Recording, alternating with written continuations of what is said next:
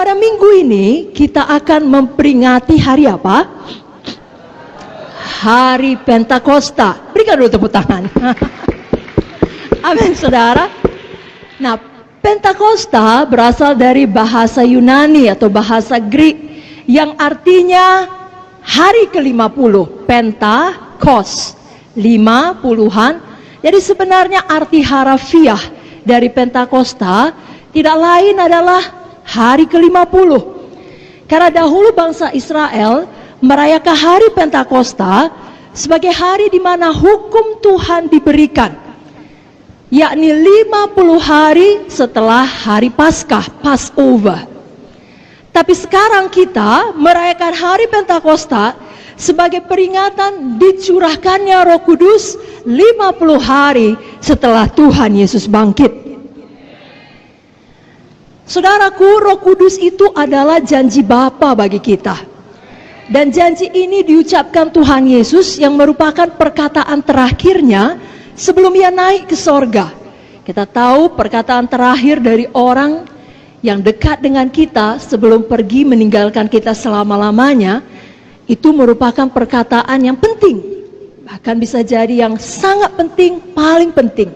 Demikian dengan Tuhan Yesus. Kita buka dari Kisah 1 ayatnya ke-4 sampai 5. Bukalah Alkitab kita dari Kisah Para Rasul 1 ayatnya yang ke-4 sampai 5. Dapat Bapak Ibu Saudara? Mari kita baca bersama-sama. 1, 2, 3 ya.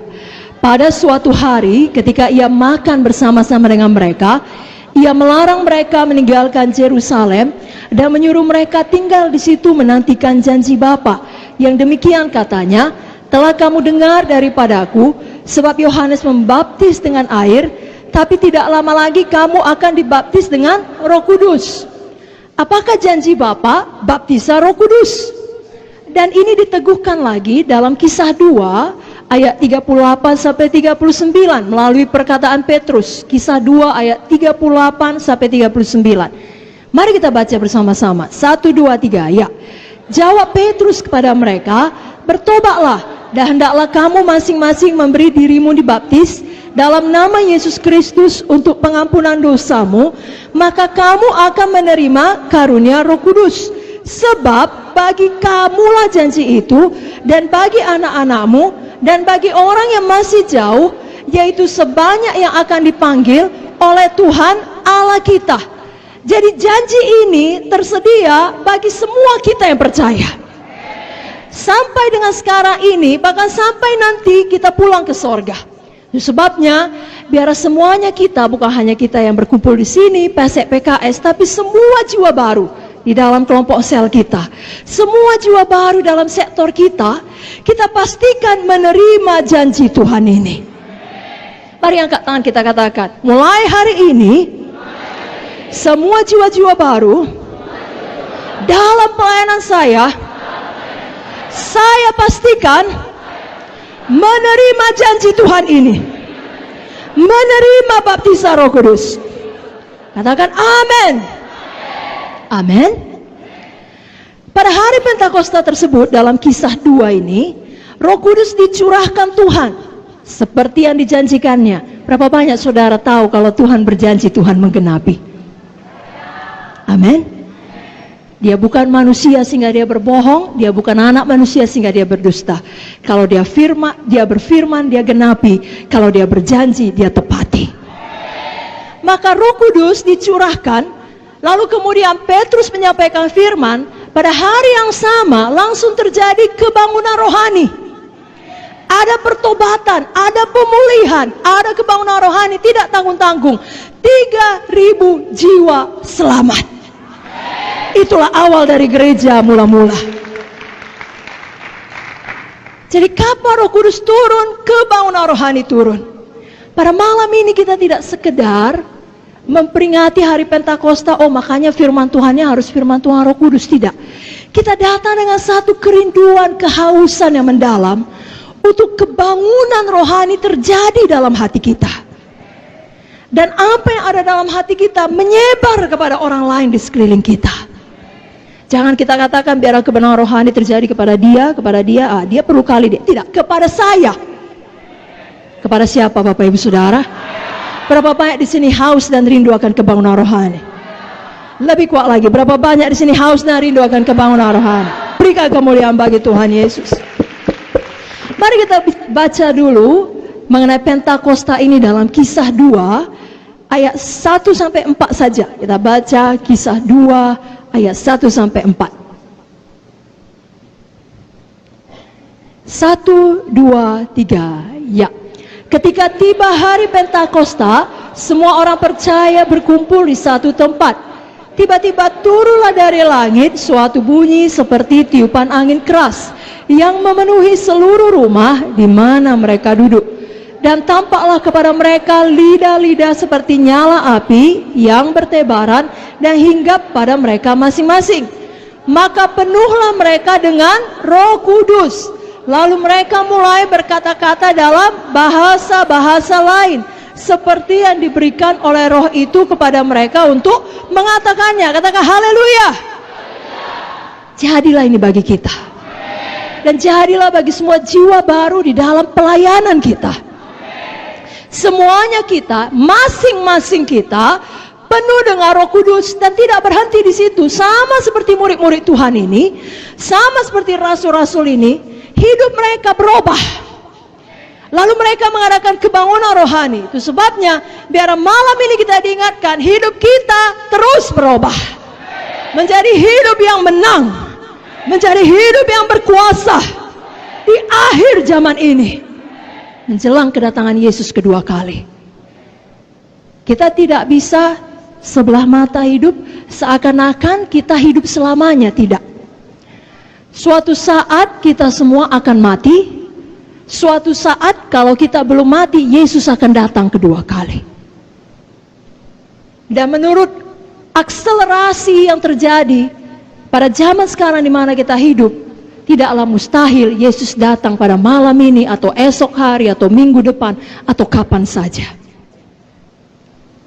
Itu sebabnya di tengah-tengah dunia yang begitu jahat, begitu gelap, kejahatan merajalela, kita perlu menjadi terang, kita perlu menjadi garam, dan tidak ada jalan, tidak mungkin kita mampu melakukannya sambil kita berjuang untuk nafkah kita, untuk hidup kita dengan kekuatan sendiri, tidak mungkin.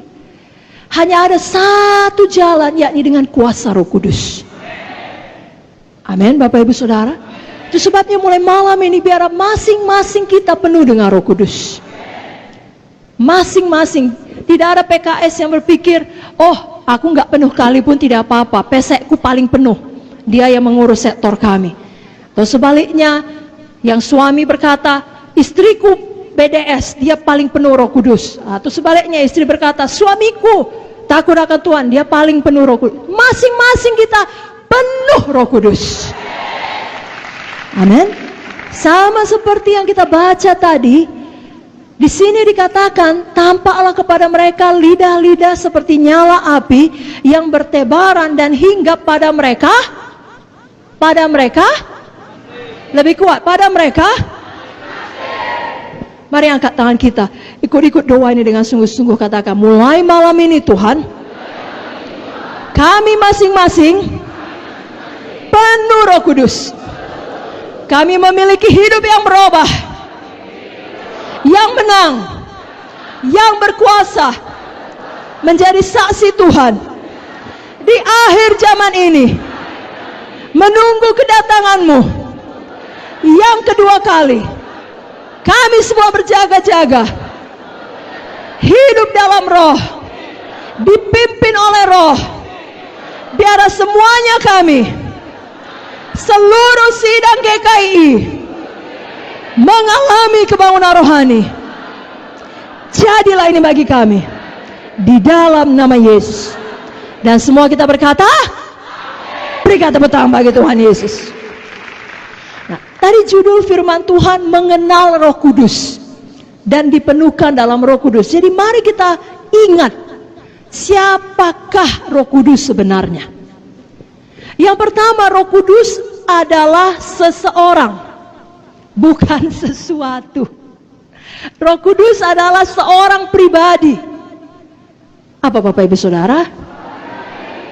Nah, kalau kita melihat Roh Kudus sebagai kuasa, saya perlu penuh Roh Kudus supaya saya berkuasa.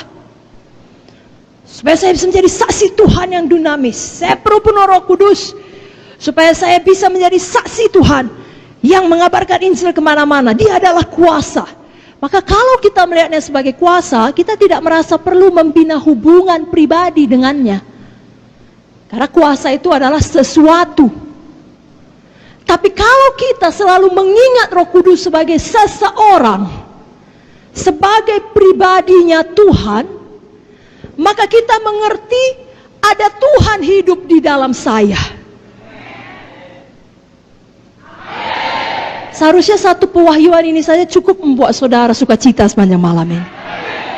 Ada Tuhan hidup di dalam saudara.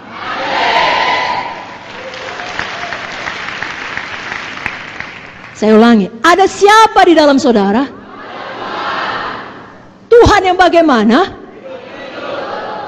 Tuhan yang hidup, yang menciptakan langit dan bumi dengan perkataan, yang adalah Alfa dan Omega, yang adalah yang awal dan yang akhir, yang memegang segala kuasa, yang maha tahu. Itu yang hidup dalam saudara. Namanya Roh Kudus. Jadi dia adalah seseorang. Dan kalau kita mengingatnya sebagai seorang pribadi, maka kita mengerti bahwasanya tiap-tiap hari kita perlu membina hubungan pribadi dengan dia. Semakin mengenal dia, lebih intim, lebih dalam. Saudaraku masih ingat Galatia 5:22? Apa itu saudaraku? Buah roh. Mari buka Alkitab saudara. Buah roh. Galatia 5 ayat 22. 1, 2, 3 ya. Tetapi buah roh ialah kasih, sukacita, damai sejahtera, kesabaran, kemurahan, kebaikan, kesetiaan, kelemah lembutan, penguasaan diri. Tidak ada hukum yang menentang hal-hal itu. Saudaraku, Roh Kudus sebagai seorang pribadi punya perasaan. Hanya seseorang dan bukan sesuatu yang bisa mengasihi. Hanya seseorang yang bisa merasakan sukacita. Jadi, Roh Kudus adalah pribadi yang punya perasaan, yang hidup di dalam kita. Marilah kita belajar tiap-tiap hari punya hubungan pribadi dengan Roh Kudus lebih dalam, lebih intim. Oleh sebab itu, jangan duka citakan hati Roh Kudus. Apa Bapak Ibu Saudara? Saya mau tanya, bisa Roh Kudus berduka cita? Bisa, karena dia seseorang. Dia bisa merasakan. Mari kita buka ayatnya dari buku Efesus 4 ayat 25 sampai 30. Efesus 4 ayat 25 sampai 30. Dapat Bapak Ibu Saudara?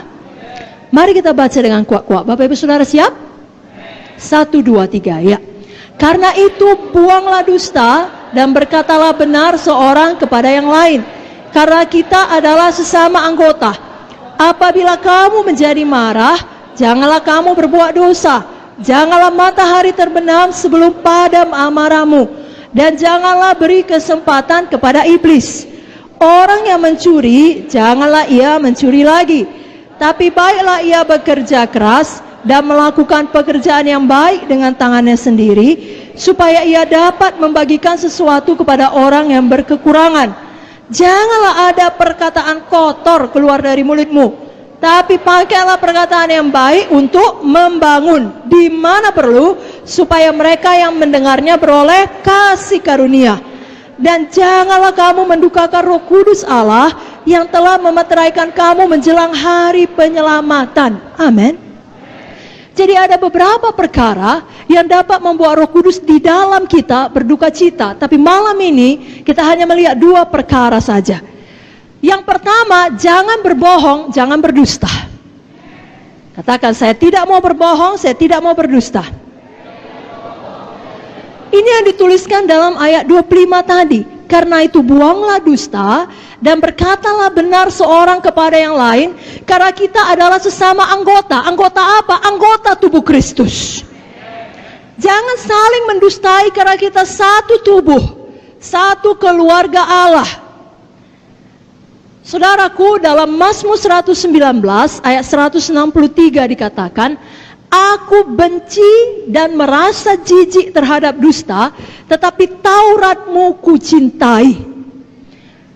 Kalau kita mengasihi firman, maka kita jijik terhadap dusta.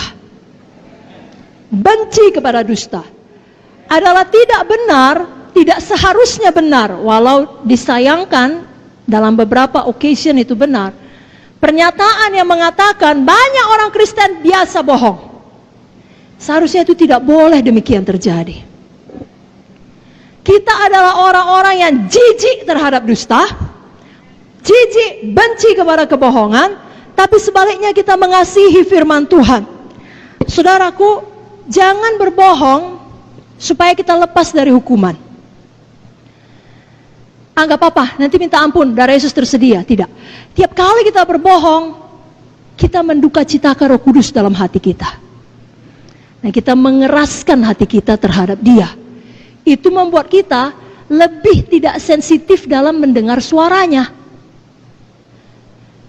Karena sebagai anak Tuhan, pada waktu saudara mau berbohong supaya lepas dari hukuman, pasti Roh Kudus bicara. Siapa yang jujur? Roh Kudus bicara kepada dia kalau mau buat dosa. Puji Tuhan, semua jujur. Misalnya dosa bohong yang kita bicarakan sekarang, Roh Kudus bilang, terima konsekuensinya. Memang kau salah, memang kau lupa, memang kau lalai.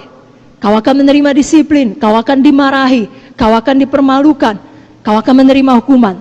Tidak apa-apa. Yang penting jangan kau berbohong. Tapi kita keraskan hati. Kita teruskan berbohong supaya kita lepas dari hukuman. Malam ini kita bertobat. Katakan amin dengan kuat. Adalah lebih penting kita tidak membuat Roh Kudus berduka cita, karena Dialah asal semuanya. Saudara perlu berkat, saudara perlu kesembuhan, saudara perlu kehidupan, saudara perlu nafas, Roh Kudus asalnya. Jadi paling penting jangan buat dia berduka cita. Jangan pula berbohong supaya dilihat orang hebat. Aku hafal seluruh kitab Roma. Aku berdoa 5 jam sehari. Aku menginjil 8 jam sehari. Mau gimana itu? Atau apa sajalah. Saudara cuma bawa 3 jiwa. Tapi waktu ditanya, katakanlah, misalnya di pertemuan pemimpin sektor, berapa bulan ini jiwa yang Bapak selamatkan atau Ibu selamatkan? Dia pun tahu, tidak lebih dari 3. Saya tidak tahu pastinya, tapi mungkin kira-kira 20.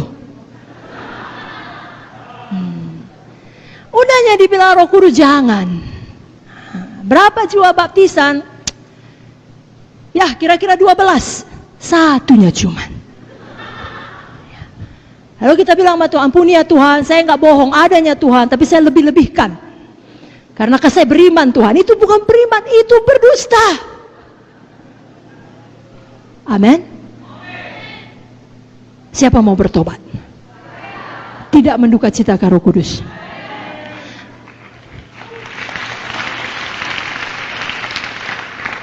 Jadi jangan berbohong supaya lepas dari hukuman. Jangan pula berbohong supaya kita dipikir lebih hebat dari yang sebenarnya. Tapi ada satu bohong yang lebih parah dari kedua ini.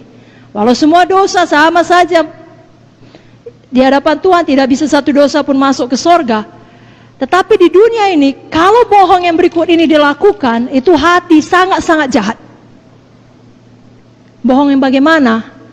Yakni saudara berbohong mengenai sesuatu hal atau seseorang yang mengakibatkan perpecahan sesama anggota. Saudara baca tadi ayatnya kan? Ia mengakibatkan perpecahan sesama tubuh Kristus, sesama saudara. Dan ini diulangi lagi dari buku Amsal. Mari kita buka Amsal 6, Sama-sama kita buka Alkitab kita dari Amsal 6 ayat 16 sampai 19.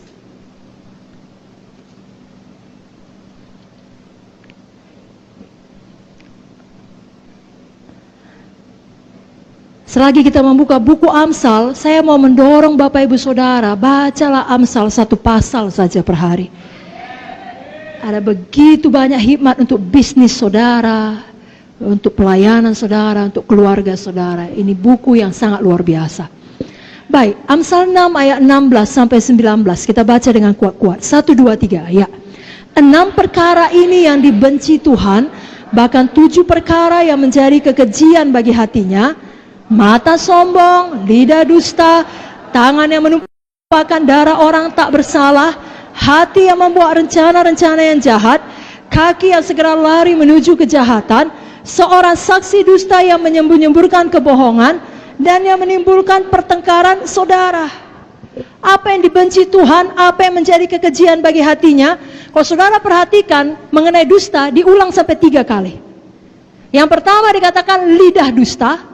Yang kedua ayat 19 ada 2 kali, saksi dusta yang menyembur-nyemburkan kebohongan, saksi dusta yang menimbulkan pertengkaran saudara.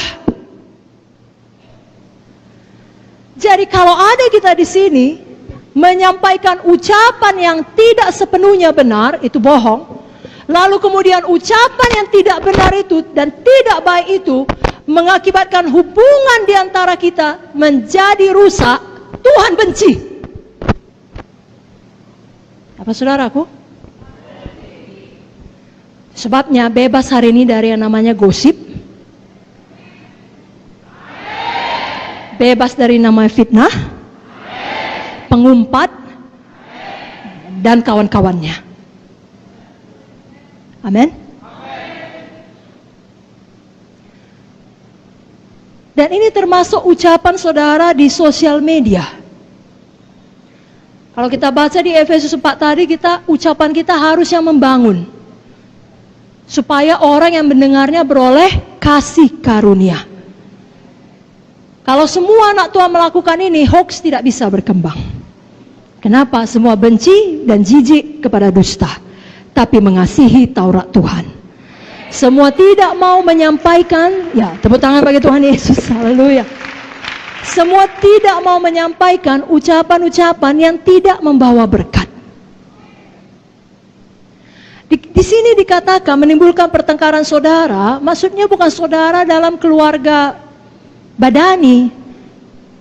Misalnya saudara menyampaikan hal yang tidak baik kepada saya mengenai ucapan Kak Vicky, lalu hubungan saya dan Kak Vicky menjadi tidak baik. Tapi kalau menyampaikan yang tidak baik kepada saya mengenai Kak Heni, wah kan gak munte, itu gak apa-apa. Hubungan saya dengan dia tidak baik pun kan tidak sesama saudara. Salah. Sesama saudara ini sesama saudara tubuh Kristus.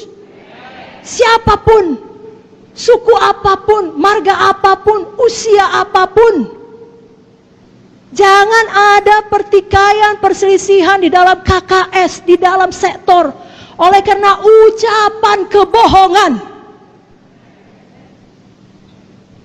Dan sekali lagi Roh Kudus pasti sudah bicara di dalam. Tidak perlu kau kirimkan itu. Tidak perlu kau forward itu. Tidak perlu kau teruskan itu. Itu tidak menjadi berkat, walau itu benar. Alkitab juga berkata, pikirkan perkara yang benar, mulia, adil, suci, manis, sedap didengar, patut dipuji, disebut kebajikan. Jadi tidak cukup benar saja.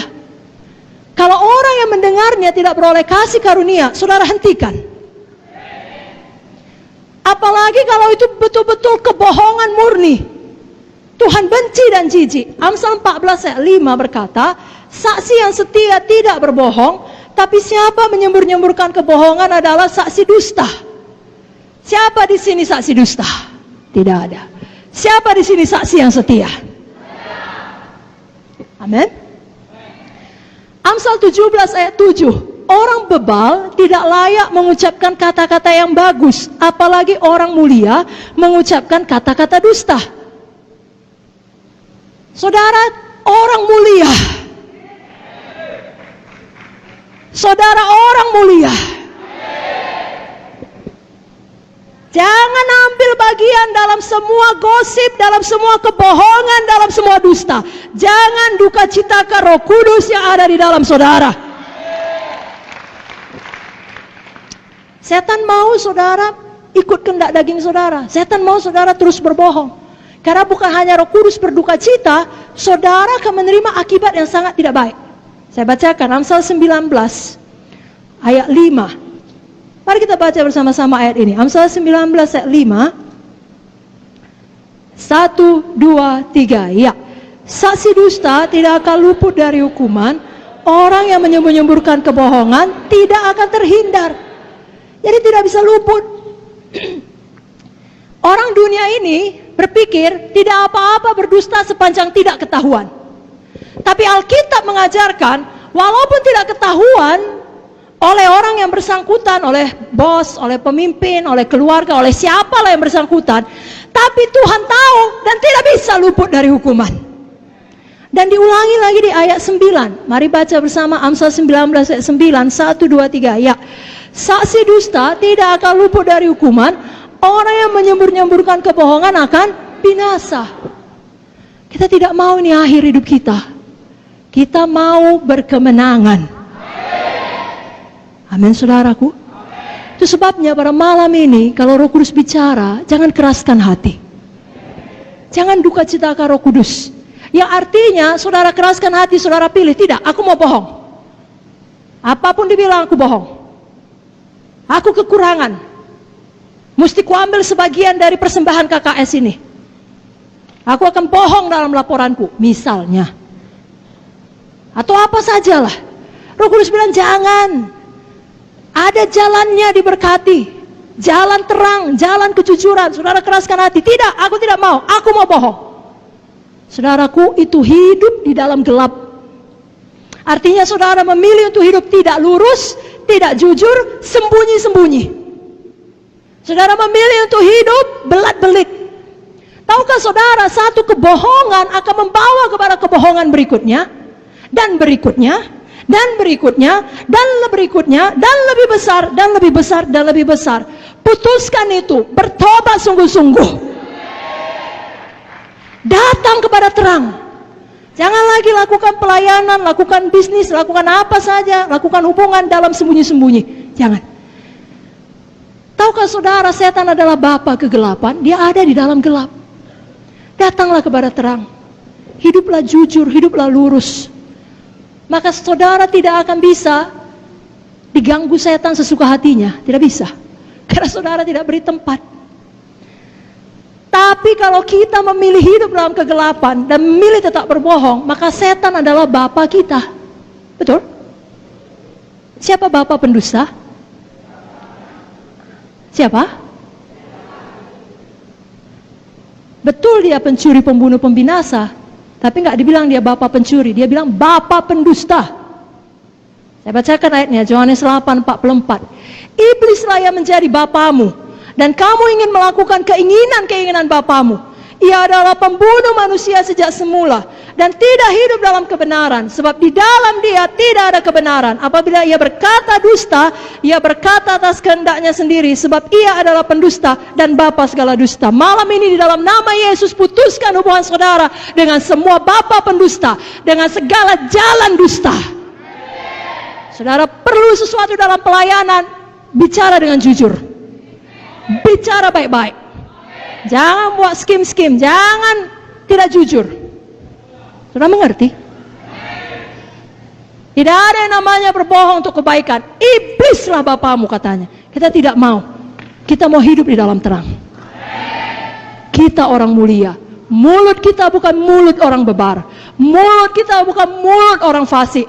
Mulut kita adalah mulut orang benar, orang mulia. Dan Amsal berkata, mulut orang benar mengeluarkan hikmat seperti sarang madu. Bibir orang benar mengembalakan banyak orang. Lidah orang benar seperti perak pilihan. Itulah saudara, saudara, saudara, dan saudara. Dan itu asalnya dari Roh Kudus yang ada dalam saudara. Amin. Jadi yang pertama, jangan bohong, jangan duka citakan Roh Kudus dengan berbohong. Yang kedua, jangan terus marah, jangan dendam, jangan simpan sakit hati. Dengan kata lain, jangan beri tempat bagi iblis. Dalam ayat 26 tadi, Efesus 4 dikatakan, apabila kamu menjadi marah, janganlah kamu berbuat dosa. Janganlah matahari terbenam sebelum padam amarahmu. Janganlah beri kesempatan kepada iblis. Jadi jangan biasakan terus marah dan berdosa. Jangan biasakan jadi orang yang selalu negatif. Sudah pun baik semua, Tuhan sudah lindungi, KKS saudara menang, tidak ada bom, tidak ada hujan. Ya, tapi kemudian tidak ada jiwa baru. Itu memang tidak baik ya. Itu memang hal yang kurang baik. Lalu saudara marah-marah. Atau katakanlah ada jiwa baru, semua hadir kecuali satu orang. Lalu saudara marah. Semua yang hadir saudara marahi, bukan dia yang salah. Saudara mengerti? Jangan jadi orang demikian. Jangan jadi pemimpin yang demikian. Justru semua buruk pun saudara bisa melihat kebaikan Tuhan.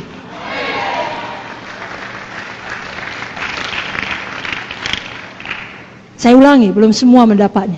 Justru semua tidak baik pun saudara bisa melihat kebaikan Tuhan. Karena saudara tahu saya masih hidup. Saya belum dipanggil Tuhan, tandanya ada yang baik menanti saya di depan. Ada yang baik yang harus saya kerjakan. Walau semua ini kacau, saya belum pulang ke sorga, berarti ada kebaikan Tuhan. Begitu. Tapi kalau selalu melihat ini salah, itu kurang, ini tidak baik, pemarah.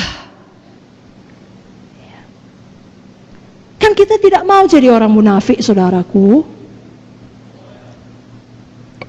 Maksud saya adalah, saudara menyampaikan banyak firman di KKS saudara, tapi di dalam keluarga saudara, saudara adalah seorang teror. Saya nggak bilang teroris ya, teror. Maksudnya, kalau saudara seorang ayah pulang kerja, semua anak saudara ketakutan. Bapak udah pulang, semua sembunyi. Kenapa? Saudara pulang, cas. Mana makan? Terus sebaliknya, kalau saudara ibu-ibu, mama udah balik dari BDS, dari BDS.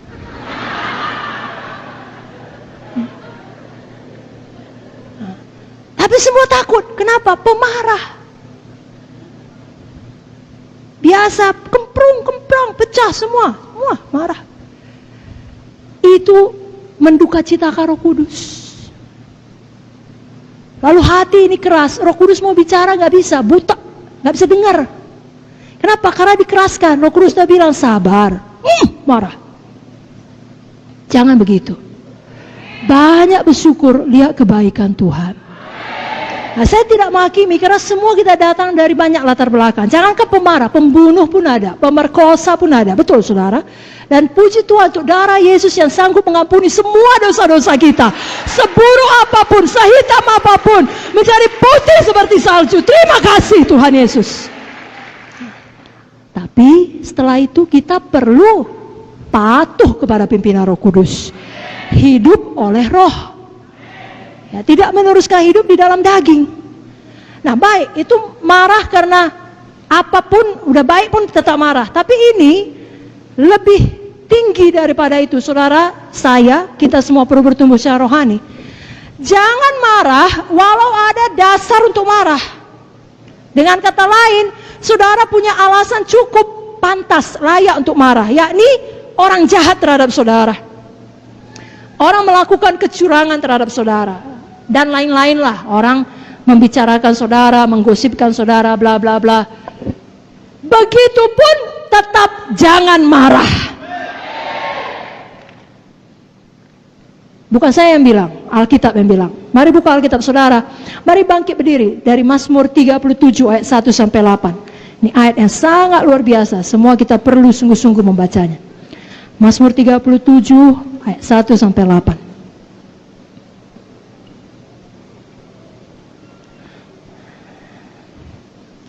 Dapat saudaraku? 1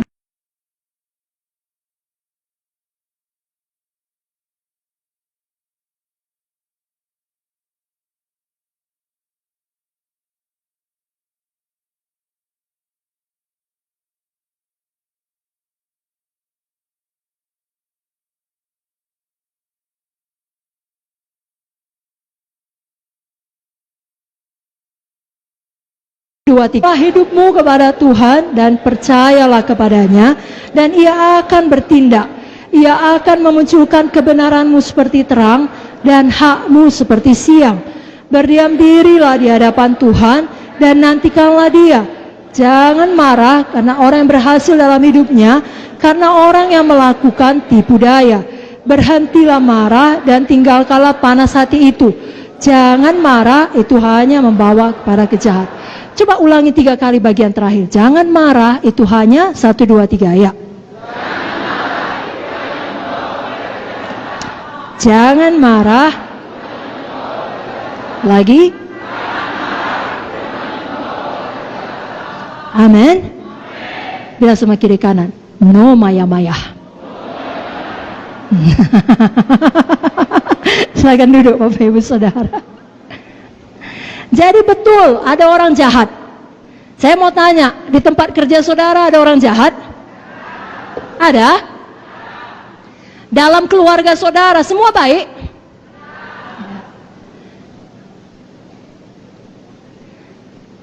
Di mana saudara beraktivitas, apakah di situ ada orang yang berbuat curang? Pantaskah kita marah? Pantas. Tapi apakah kita marah? Kenapa? Karena Roh Kudus di dalam.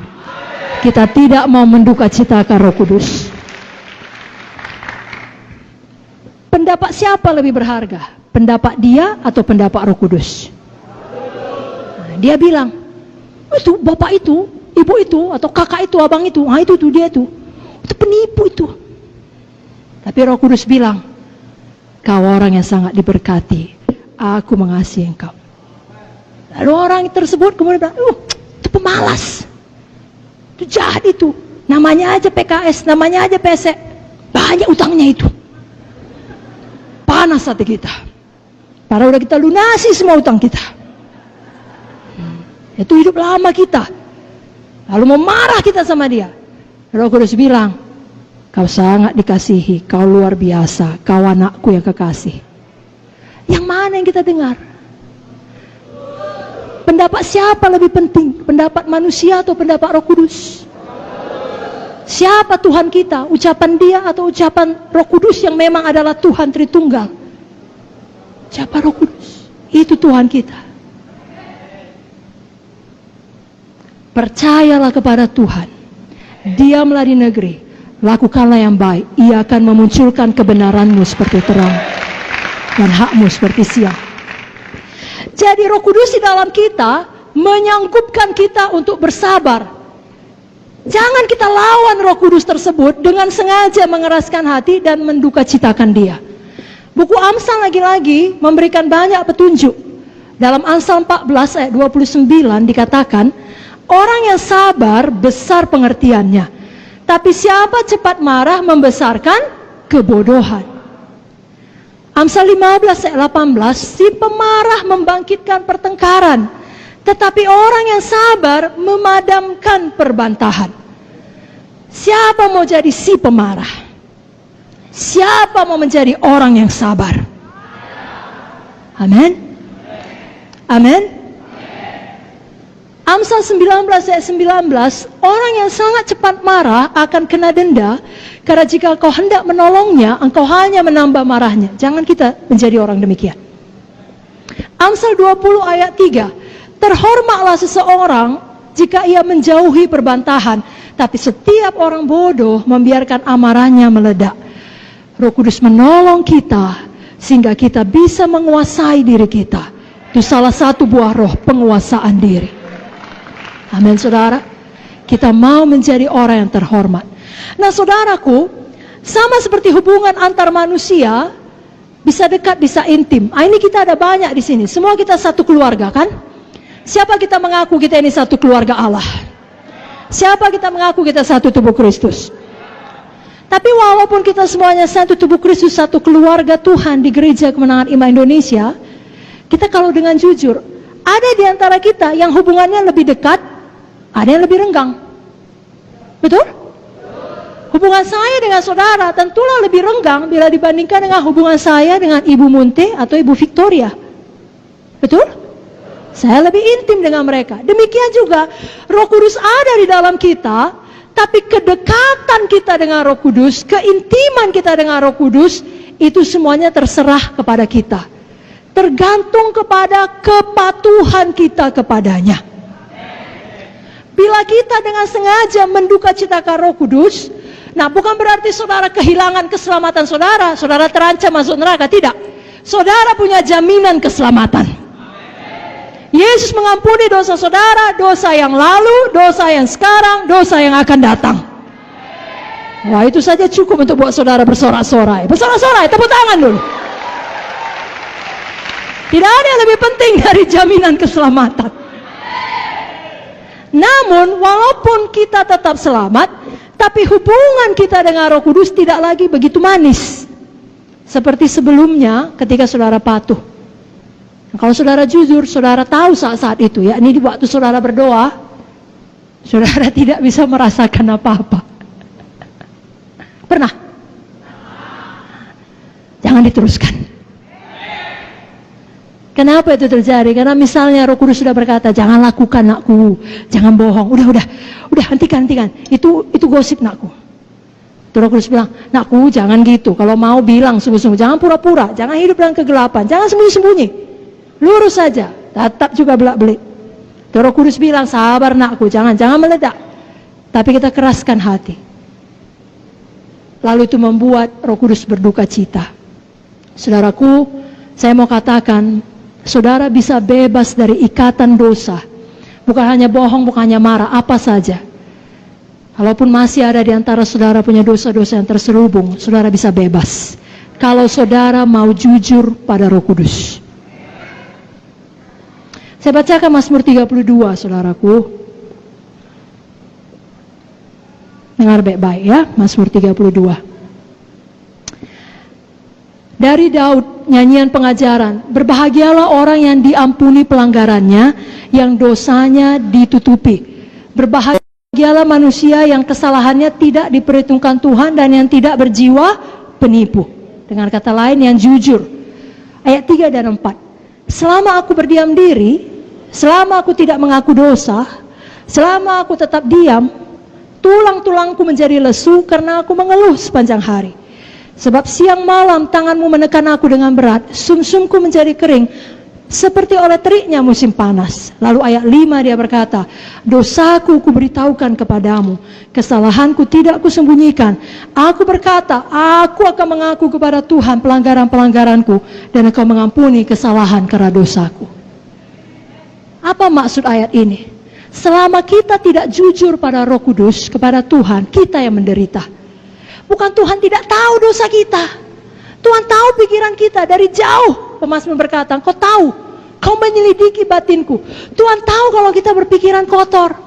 Tuhan tahu kalau kita berpikiran jahat. Tapi kalau kita pura-pura saja, kita melayani saja, atau apalah, kita diam-diamkan, kita yang menderita. Badan kita pun ikut menanggungnya. Lalu Daud berkata, dosaku kuberitahukan, dan Tuhan mengampuni, Tuhan memulihkan. Jadi malam ini saudaraku, saya ajak kita untuk jujur pada Roh Kudus. Apakah kita cintakan uang? Apakah kita tidak sungguh-sungguh melayani KKS kita? Kasih kita telah menjadi dingin.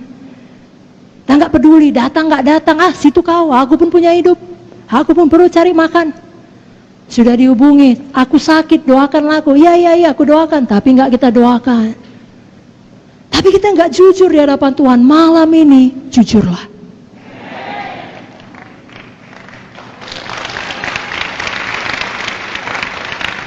Akui semuanya di hadapan Tuhan. Tuhan tahu. Selama ini pun Tuhan tahu. Tapi waktu kita jujur, kita melepaskan diri kita. Lalu mulai dengan setia ikuti proses pemulihan saudara dari ikatan dosa itu. Karena sama seperti saudara tidak terikat dalam satu hari, kan? Betul? Betul? Tidak ada orang dalam satu hari langsung terikat narkoba. Tidak ada orang dalam satu hari terikat pornografi. Nah, kerap kali proses pemulihan pun ada, perlu waktu. Saudara setia di dalamnya. Apa kata Roh Kudus, saudara ikuti. Mari tutup mata saudara, angkat tangan saudara. Tidak usah pedulikan kiri kanan, katakan dengan jujur, Roh Kudus, Kau begitu mengasihi saya. Saya mengaku semua dosa saya. Kau tahu Tuhan, dosa pikiran, dosa perkataan, dosa perbuatan. Saya akui semuanya. Saya tidak sembunyikan. Saya tidak mau lagi hidup dalam gelap. Saya tidak mau berbohong. Saya tidak mau marah. Ampunilah saya selama ini. Saya sering tidak menyadari Kau hidup di dalam saya. Saya sering mengeraskan hati saya dan mendukacitakan Engkau. Tapi mulai hari ini saya bertobat. Saya berbalik. Saya terima pemulihan. Saya mau patuh kepadamu. Saya mengasihimu dengan segenap hati saya dan dengan tindakan saya. Mulai malam ini saya alami kebangunan rohani di dalam nama Yesus. Dan semua kita berkata, berikan tepuk tangan bagi Yesus. Baik, itu poin yang pertama, Roh Kudus seorang pribadi. Jangan kita duka citakan. Poin yang kedua, Roh Kudus itu adalah Tuhan sendiri. Roh Kudus adalah Tritunggal.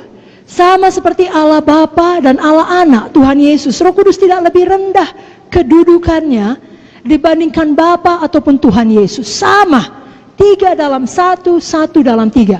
Saya bacakan satu ayat saja. Kisah 5 ayat 3 sampai 4. Mengenai Ananias yang mendustai Roh Kudus. Apa kata firman dalam Kisah 5 ayat 3 sampai 4. Tetapi Petrus berkata, Ananias, mengapa hatimu dikuasai iblis sehingga engkau mendustai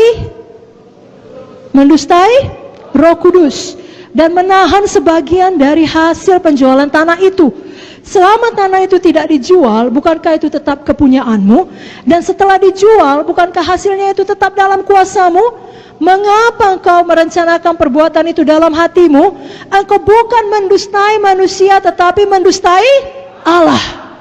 Ananias mendustai Roh Kudus, sama Ananias mendustai Allah. Jadi jangan ada persepsi yang salah dalam pemikiran kita, bahwasanya Roh Kudus itu ya lebih rendah sedikit dari Bapa atau dari Tuhan Yesus. Tidak, mereka adalah satu. Dan mereka adalah satu. Roh Kudus sekarang ada di dunia ini, di dalam hati kita. Dan firman Allah menyatakan, roh yang ada di dalam kita lebih besar dari semua roh yang ada di dalam dunia ini. Saudara tidak perlu takut, amin. Yang ketiga, Roh Kudus adalah penolong kita, Parakletos. Yohanes 14 ayat 16 sampai 17. Roh Kudus adalah penolong. Mari kita baca sama-sama, Bapak Ibu Saudara siap? Yohanes 14 ayat 16 sampai 17. 1, 2, 3 ayat.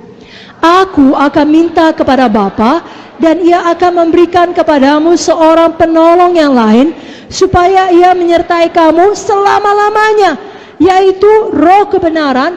Dunia tidak dapat menerima Dia, sebab dunia tidak melihat Dia dan tidak mengenal Dia. Tapi kamu mengenal Dia, sebab Ia menyertai kamu dan akan diam di dalam kamu, di dalam kita, di dalam saudara. Ada Tuhan di dalam saudara. Ada Roh Kudus di dalam saudara. Seberapa berat pun perjuangan saudara, Dia tidak pernah meninggalkan saudara. Dia ada di dalam saudara untuk menolong saudara. Untuk menolong saudara. Sebabnya kalau Dia bicara kita dengarkan. Karena maksudnya hanya untuk menolong saudara. Kalau ada orang mau menolong kita, kita terima saudaraku. Amin. Nah, malam ini saya mau ingatkan khususnya Roh Kudus menolong kita di dalam doa kita. Kerap kali kita tidak tahu bagaimana harusnya berdoa, Roh Kudus menolong kita. Dalam Roma 8 ayat 26-27, mari kita baca lagi bersama-sama. Bukalah Alkitab saudara dari buku Roma 8 ayat 26 sampai 27. 1, 2, 3, ya. Demikian juga Roh membantu kita dalam kelemahan kita, sebab kita tidak tahu bagaimana sebenarnya harus berdoa, tapi Roh sendiri berdoa untuk kita kepada Allah dengan keluhan-keluhan yang tidak terucapkan. Dan Allah yang menyelidiki hati nurani mengetahui maksud Roh itu, yaitu bahwa ia sesuai dengan kehendak Allah berdoa untuk orang-orang kudus. Itulah baiknya Roh Kudus itu. Dia berdoa untuk orang-orang kudus. Dia memimpin kita dalam doa kita. Itu sebabnya saudaraku suka berdoa dalam bahasa roh. Saudara mungkin sudah pernah mendengar kesaksian yang mirip dengan ini. Bagaimana seorang hamba Tuhan pergi dalam mission trip ke luar negeri 3 bulan lamanya. Dalam suatu ketika pada masa itu, tengah malam dia dibangunkan oleh Tuhan, tidak tenang hatinya. Dia tidak tahu apa yang salah. Tidak ada kabar, tidak ada sesuatu yang bahaya, tapi tidak bisa tenang hatinya, tidak bisa dia tidur. Lalu apa yang dia lakukan? Dia mohon Roh Kudus menolong dia berdoa. Maka dia mulai berdoa di dalam bahasa roh. Dia berdoa terus sampai kira-kira 1 jam. Ada damai Tuhan, dia tahu sudah beres, sudah selesai. Lalu dia pergi tidur. Nah, ketika tidur dia mendapat mimpi di kota di mana dia tinggal ada keluarganya, adiknya masuk ambulans, dibawa ke rumah sakit, dinyatakan dokter sudah meninggal dunia. Dalam mimpinya itu dia ada di situ, dia masuk ke dalam ruangan di mana adiknya terbujur kaku, terbaring. Lalu dia berkata, bangun, bangkit. Adiknya itu bangun, bangkit dan hidup kembali. Lalu dia bangun, dia ingat mimpi itu, dia bersyukur kepada Tuhan. Dia bahkan tidak menelepon ataupun menanyakan kabar. Begitulah Roh Kudus, begitu kuatnya dalam hati kita orang-orang percaya. Habis masa 3 bulan dari mission trip tersebut, dia pulang ke negaranya, ke kotanya. Adiknya menyambut dia di airport dengan sangat excited dan berkata, tahukah kau bang, waktu kau pergi kemarin, aku kena serangan penyakit, aku hampir mati. Tapi mujizat Tuhan, aku hidup kembali. Lalu abangnya berkata, apakah itu tanggal sekian, kira-kira jam sekian, tengah malam? Kok tahu? Roh Kudus mengatakannya. Saudaraku, Roh Kudus yang sama masih bekerja. Jadi Roh Kudus sangat baik. Ada orang berpikir Roh Kudus itu kejam. Kenapa dikatakan kejam? Karena Roh Kudus selalu membuat kita merasa bersalah akan dosa kita. Itu tidak benar, karena tidak ada ayatnya. Roh Kudus membuat engkau merasa bersalah tiap kali kau berdosa. Justru sebaliknya. Mari buka Yohanes 16 ayat 9 sampai 11. Yohanes 16, saya bacakan ayat 8 sampai 11.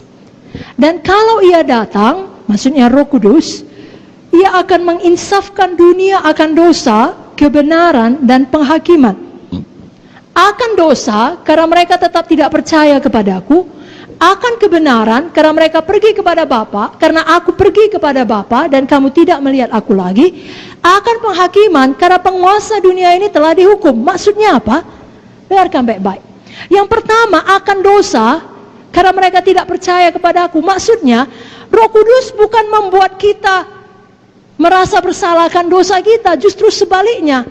Roh Kudus bekerja di dalam hidup manusia untuk menyadarkan mereka bahwasanya mereka adalah orang berdosa dan tidak dapat menyelamatkan dirinya sendiri. Oleh karena itu mereka butuh juru selamat, namanya Yesus.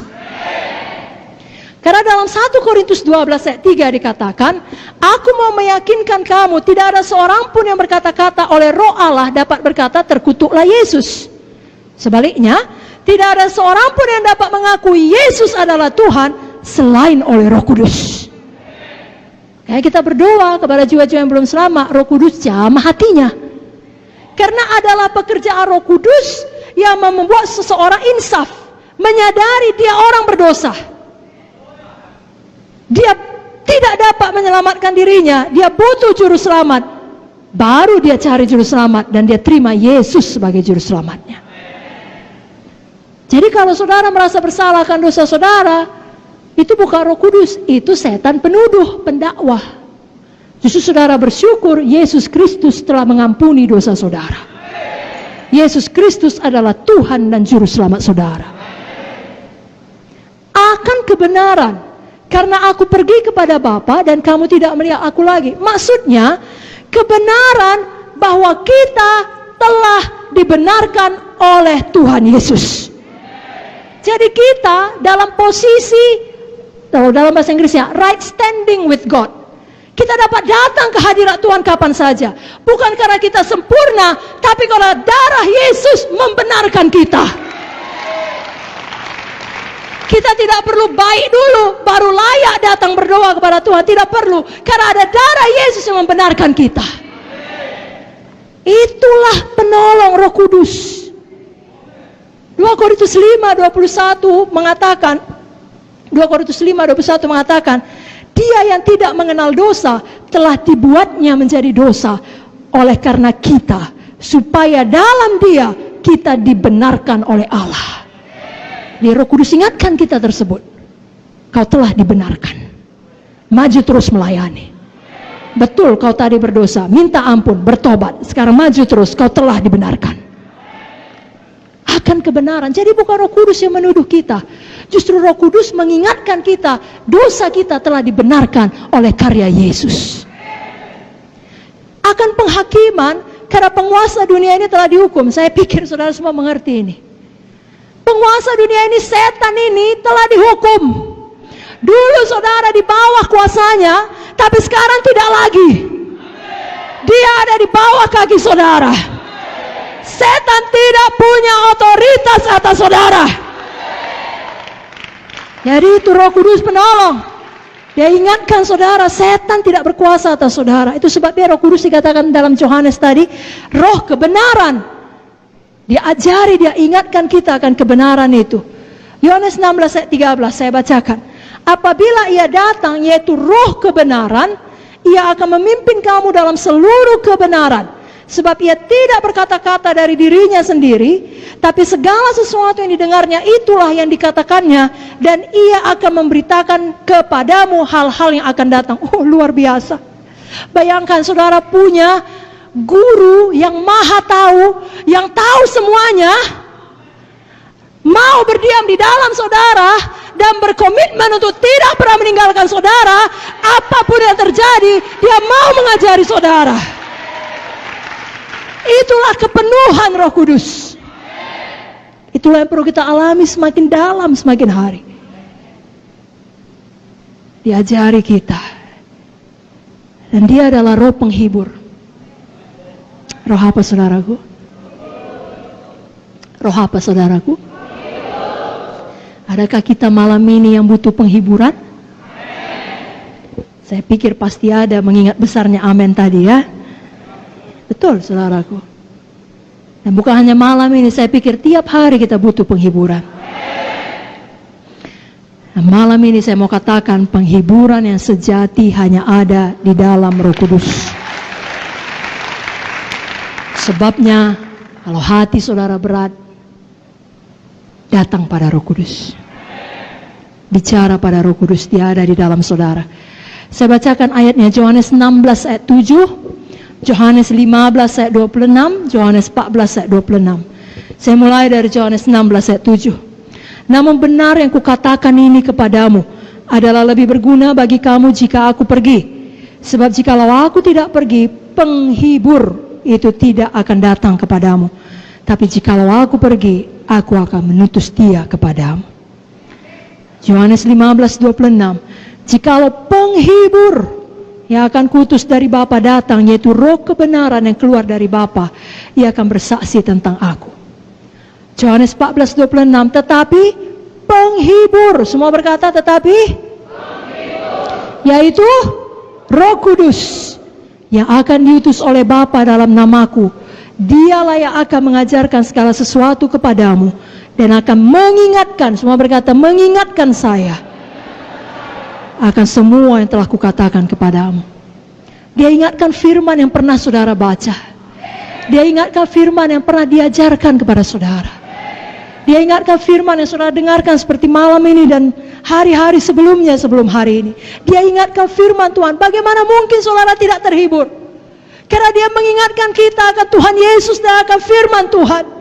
Betapa kasih Tuhan bagi kita baru tiap hari. Betapa kasih Tuhan bagi kita kekal untuk selama-lamanya. Dia ingatkan saya dan saudara adalah manusia roh yang suatu hari akan pulang ke sorga. Dunia ini sementara, penderitaan zaman sekarang ini tidak dapat dibandingkan dengan kemuliaan kekal yang menanti kita kelak. Dia ingatkan kalau Tuhan di pihak saudara, siapakah yang dapat melawan saudara? Roh Kudus menghibur, Roh Kudus mengingatkan. Roh Kudus mengingatkan, Roma 8:39, tidak ada yang dapat memisahkan saudara dengan kasih Kristus. 7 kali orang benar jatuh, tapi ia bangkit kembali. Walau orang benar itu jatuh, dia tidak tergeletak, sebab Tuhan menopang tangannya. Kemalangan orang benar banyak, tapi Tuhan melepaskan dia dari semuanya itu. Dia ingatkan itu pada waktu masa kesusahan saudara, pada waktu saudara sendirian di rumah sakit, pada waktu saudara harus ke pengadilan untuk menghadapi orang yang mengancam saudara, pada waktu saudara dihakimi oleh keluarga saudara karena saudara tidak mau beradat, pada waktu saudara meneteskan air mata dan tidak ada seorang pun yang melihatnya. Roh Kudus ada di sana. Dia di dalam saudara. Dia menghibur saudara. Dia tidak pernah meninggalkan saudara. Dan dia ingatkan firman Tuhan kepada saudara. Alamilah kepenuhan Roh Kudus, saudaraku. Malam ini hauslah. Satu persekutuan yang intim dengan dia. Yang benar-benar dipenuhkan di dalam dia. Sehingga kita bangkit dari keterpurukan apapun masalah kita. Dan kita menjadi bukti, pemberi bukti bagi dunia ini. Bahwasanya walaupun kita sudah jatuh, sudah ditekan, sudah hancur, kita naik kembali. Kita bangun kembali. Kita bangkit kembali. Kita hidup menang, bahkan lebih dari pemenang. Kita perlu Roh Kudus untuk membuat kita menang menghadapi pencobaan, menang menghadapi masalah, menang menghadapi tragedi-tragedi kehidupan. Saudaraku, hanya karena kita pelayan, hanya karena kita PKS atau PSE, bukan berarti kita eksklusif dari tragedi. Bukan berarti kita eksklusif dari semua masalah. Tragedi menimpa siapa saja. Orang fasik dan orang benar. Tapi orang fasik tidak punya Roh Kudus menyertai dia. Orang benar memiliki Roh Kudus di tengah tragedi.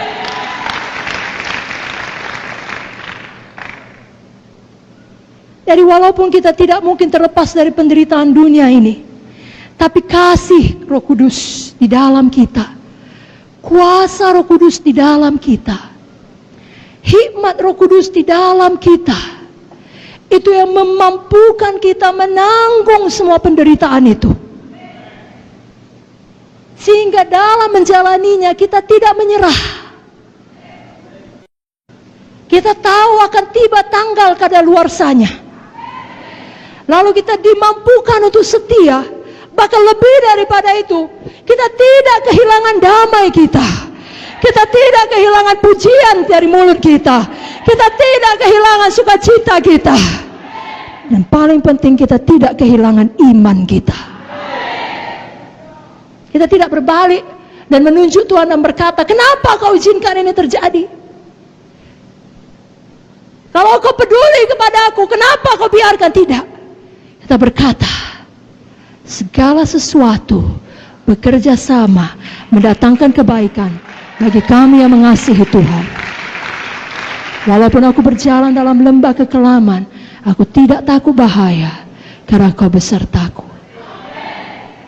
Siapa yang membuat kita mampu mengatakan itu sesudah tragedi. Hanya Roh Kudus.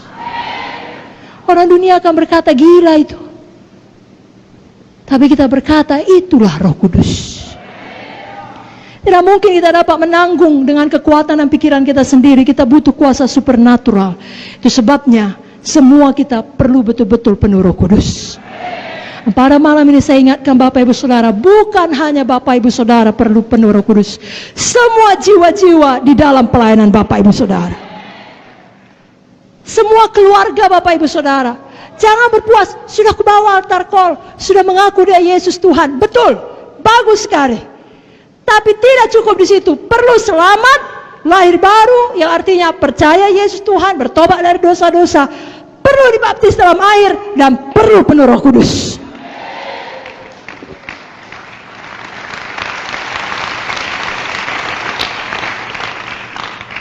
Saudaraku, bagus selamat, bagus baptisan air, sangat-sangat baik.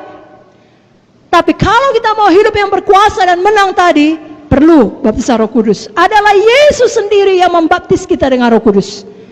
Keempat Injil menuliskannya. Saya bacakan Matius 3 ayat 11, Markus 1 ayat 8, Lukas 3 16 dan Yohanes 1 33. Matius 3 11, aku membaptis kamu dengan air sebagai tanda pertobatan.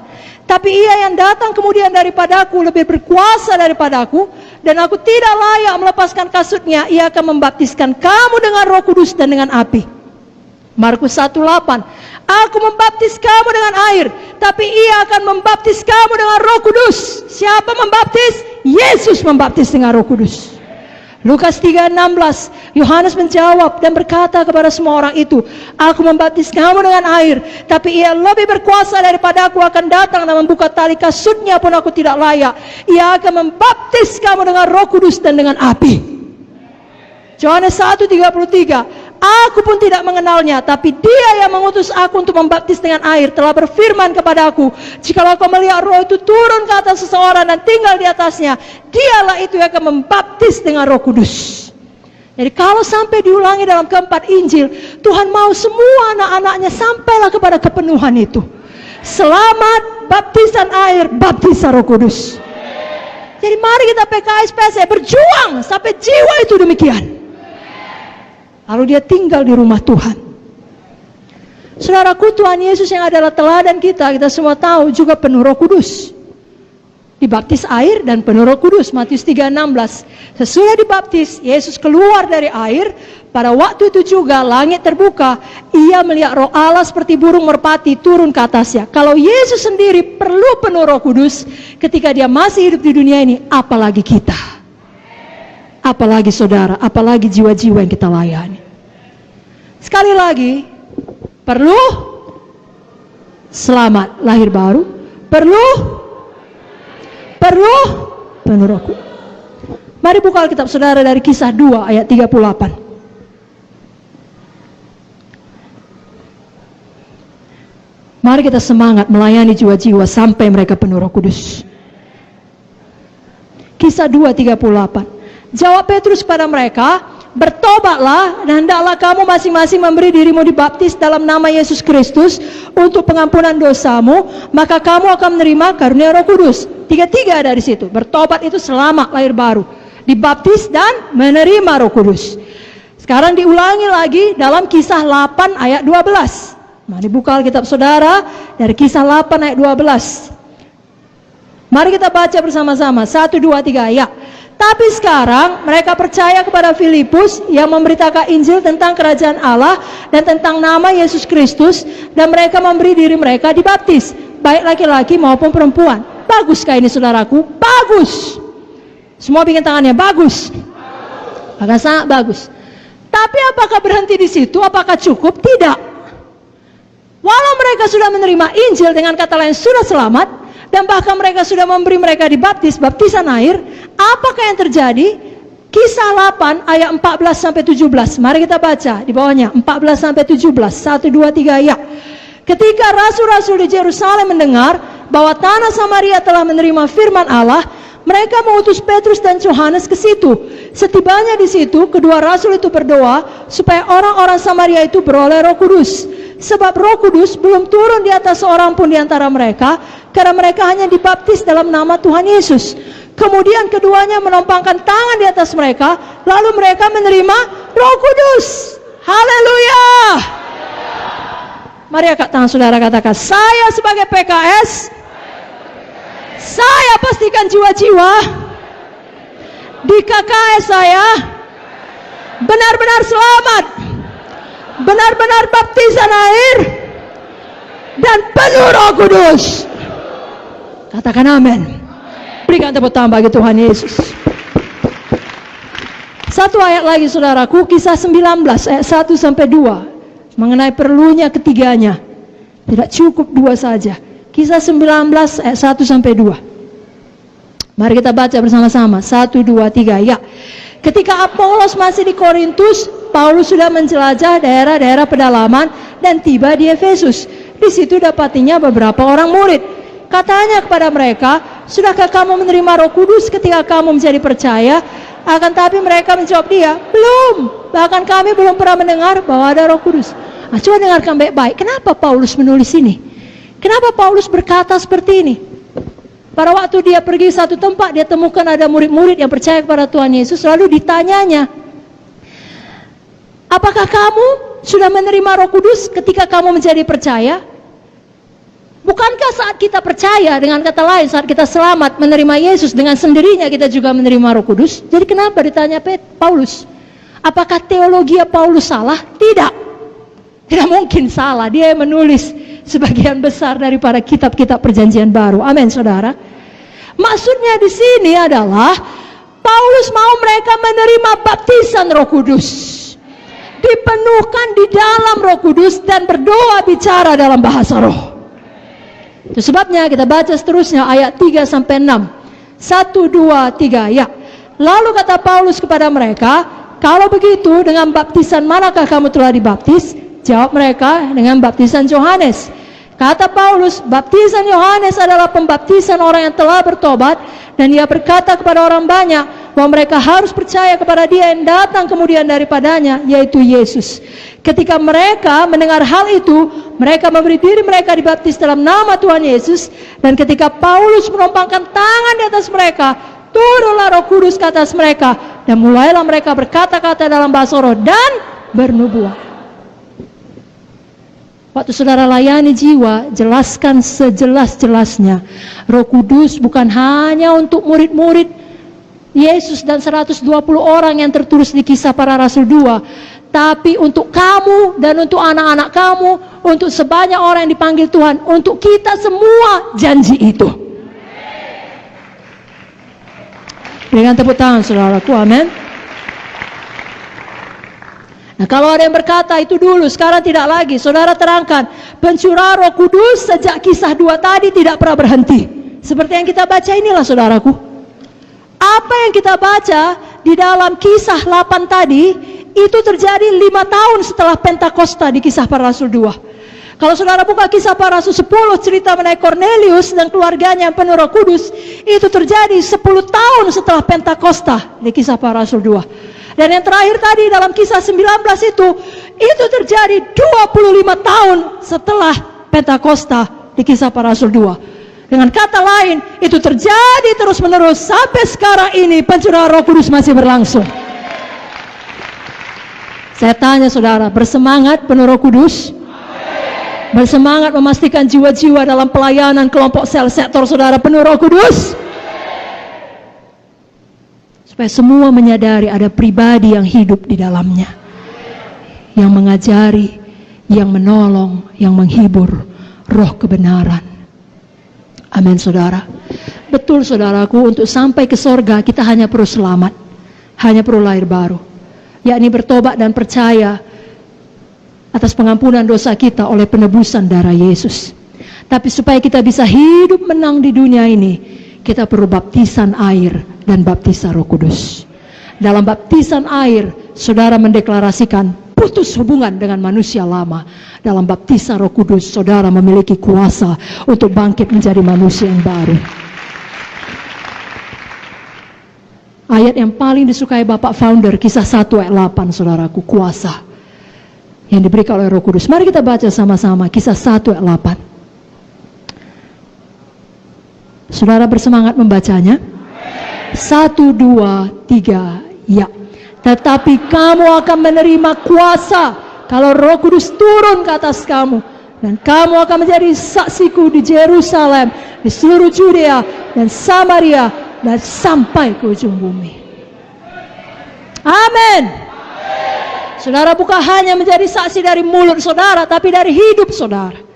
Seperti saya katakan tadi, saudara pemberi bukti. Ada Roh Kudus dalam saudara, banyak mujizat yang terjadi dalam hidup saudara. Dan jadi dalam tahun ini, ya kita memperingati hari Pentakosta, khususnya minggu ini. Mari semuanya kita, PKS PC, dan semua jemaat Tuhan Sidang GKI, betul-betul penuh Roh Kudus.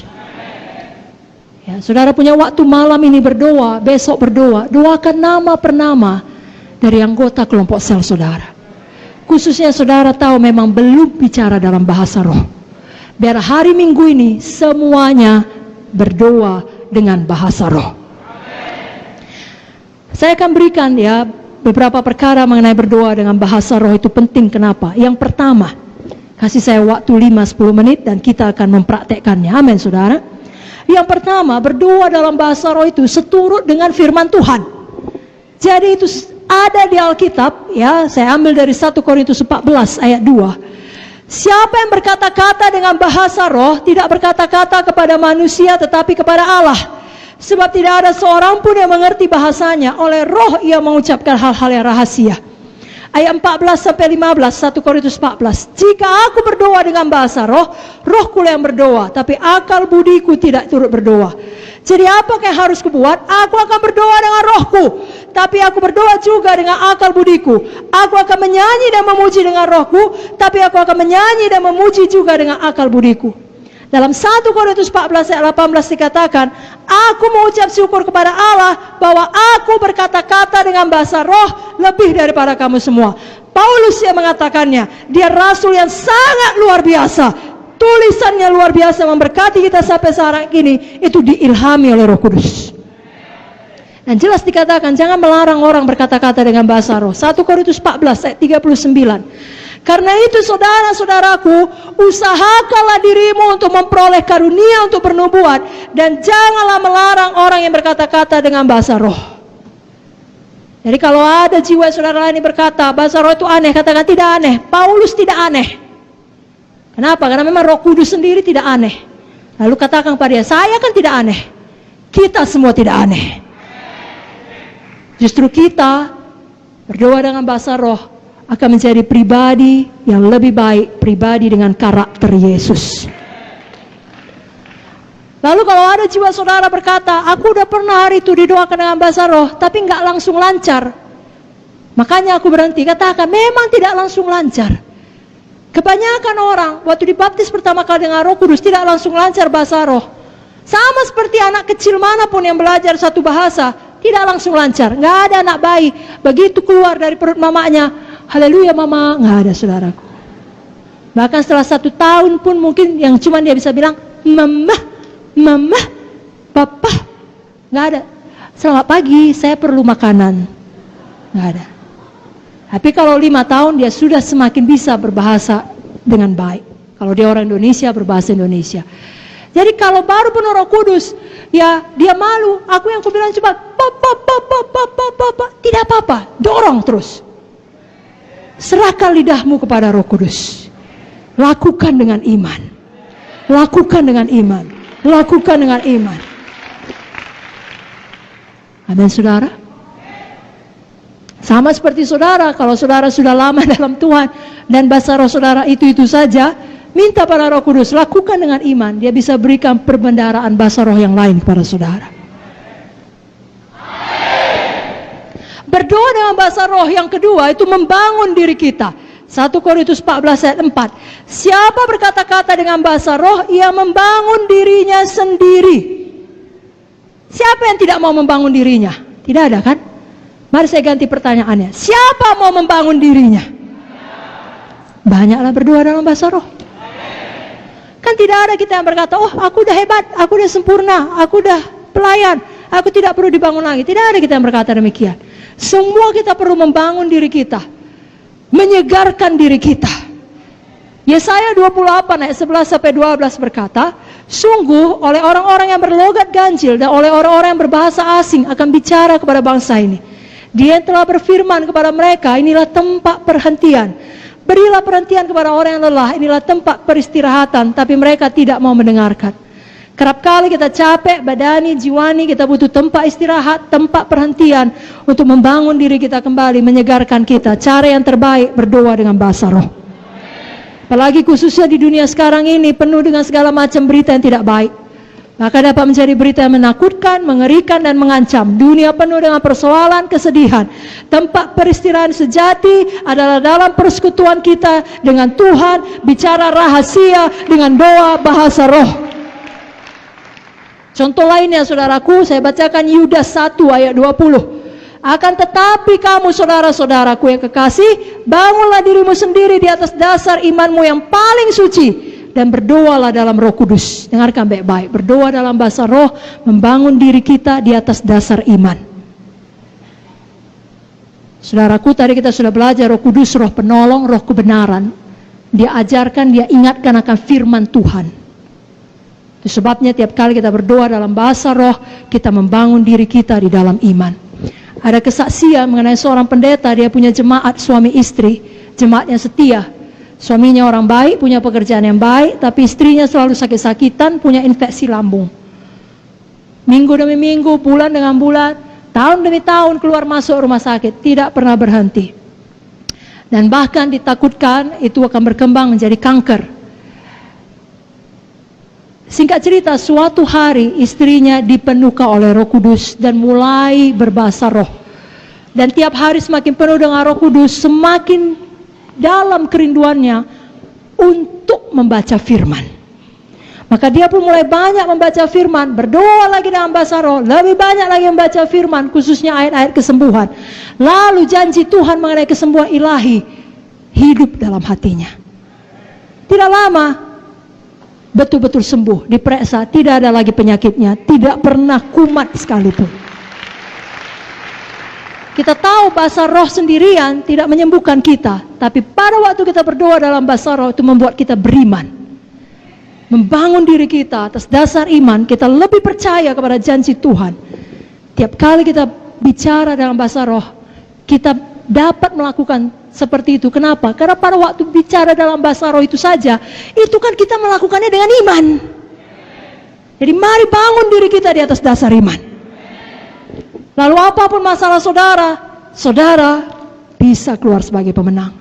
Saudara lihatlah Paulus, dia berkata tadi, aku berbahasa roh lebih banyak dari kamu semua. Nah saudara lihat hidupnya, hidupnya bukan hidup yang mudah. Hidup Paulus sangat berat, sangat menderita. Saudara baca buku Korintus, saudara menangis membaca penderitaan Paulus. Di dalam tubuhnya ada banyak tanda Kristus, banyak kali disesah. Tapi saudara tahu apa yang dikatakannya dari dalam penjara Filipi, bersukacitalah senantiasa di dalam Tuhan. Sekali lagi ku katakan, bersukacitalah. Bagaimana mungkin orang yang begini menderita, ditinggalkan semua orang. Menjelang kematiannya dia menuliskan, semua orang telah meninggalkan aku, sedih sekali. Bukan dia berkata, apa ini Tuhan? Seluruh hidup sudah kuberikan kepadamu, sekarang tinggal kematian Tuhan. Tidak ada orang menemani aku. Gak betul ini Tuhan. Bertahun-tahun melayani engkau dengan setia, kok begini jadinya? Tidak, dia tidak berkata demikian. Dia berkata, aku telah mengakhiri pertandingan iman yang baik. Aku telah mencapai garis akhir. Mahkota yang menantiku. Kok bisa ya berpikir seperti itu? Kok bisa ya punya mental pemenang seperti itu? Karena Roh Kudus. Karena Roh Kudus. Mari kita penuh Roh Kudus. Itu pilihan kita, saudaraku. Seberapa penuh kita, itu pilihan kita. Setan akan melakukan apa saja supaya kita tidak berjalan dalam kuasa Roh Kudus. Karena dia tahu kalau saudara bangkit dalam kuasa Roh Kudus, sama seperti dikatakan dalam firman Tuhan buku Kisah, ini sudah datang orang-orang yang membongkar balikkan dunia. Itulah dia. Setan tahu itu. Kalau betul kita hidup dalam kepenuhan Roh Kudus, kita membongkar balikkan dunia bagi Yesus. Jadi setan akan melakukan apa saja supaya kita tidak penuh Roh Kudus, supaya kita menduka citakan Roh Kudus, supaya kita lupa bahwasanya Roh Kudus itu seorang pribadi hidup di dalam kita, supaya kita tidak berdoa dalam bahasa roh, supaya kita ikut kehendak daging kita.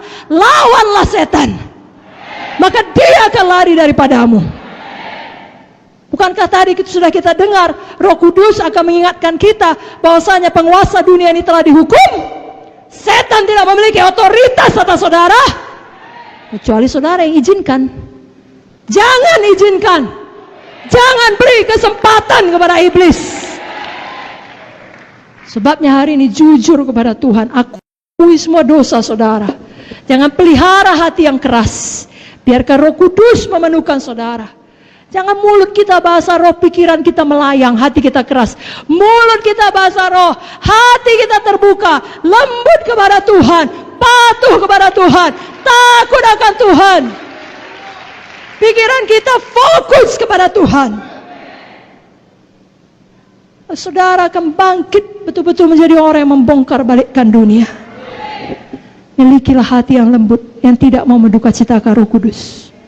Sungguh-sungguh bertobat dari jalan yang salah dan terbuka sepenuhnya, sehingga malam ini ada pertobatan, malam ini ada pemulihan, dan mulai malam ini seterusnya ada satu kebangunan rohani yang tidak dapat dihentikan oleh apapun.